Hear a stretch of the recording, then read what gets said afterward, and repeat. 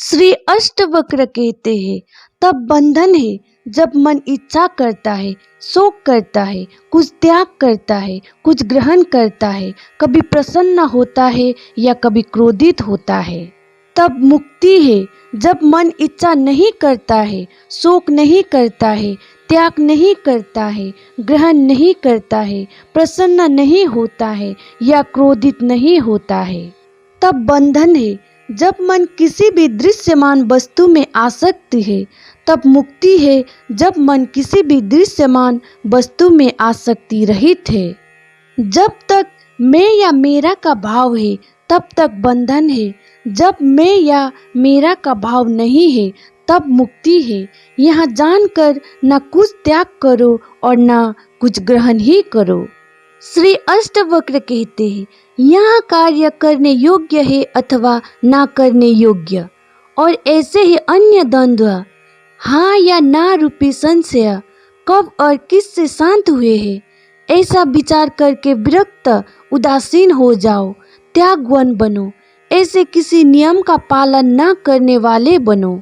हे पुत्र, इस संसार की व्यर्थ चेष्टा को देखकर किसी धन्य पुरुष की ही जीने की इच्छा, भोगों के उपभोग की इच्छा और भोजन की इच्छा शांत हो पाती है।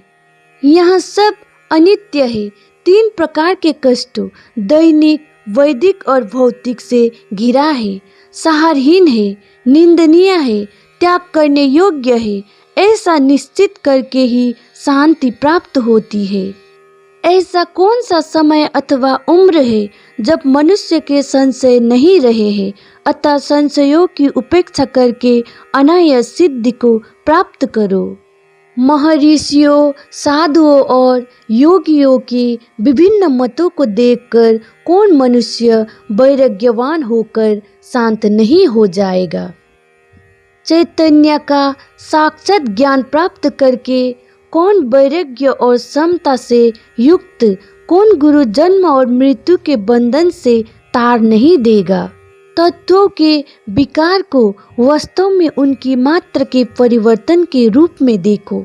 ऐसा देखते ही उसी क्षण तुम बंधन से मुक्त होकर अपने स्वरूप में स्थित हो जाओगे।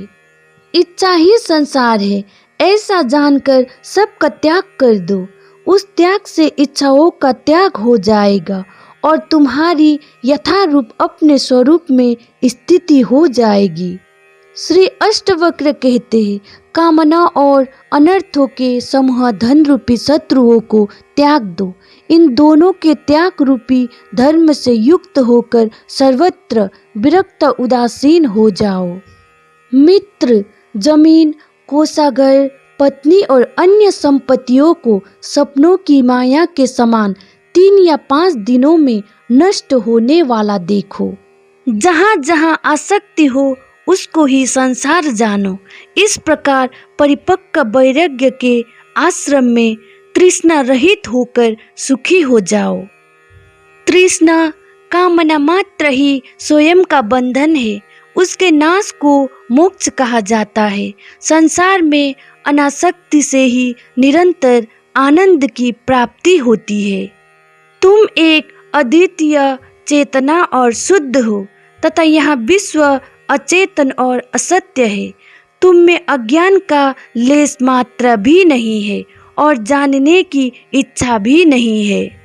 पूर्व जन्मों में बहुत बार तुम्हारे राज्य, पुत्र, स्त्री, शरीर और सुखों का तुम्हारी आसक्ति होने पर भी नाश हो चुका है।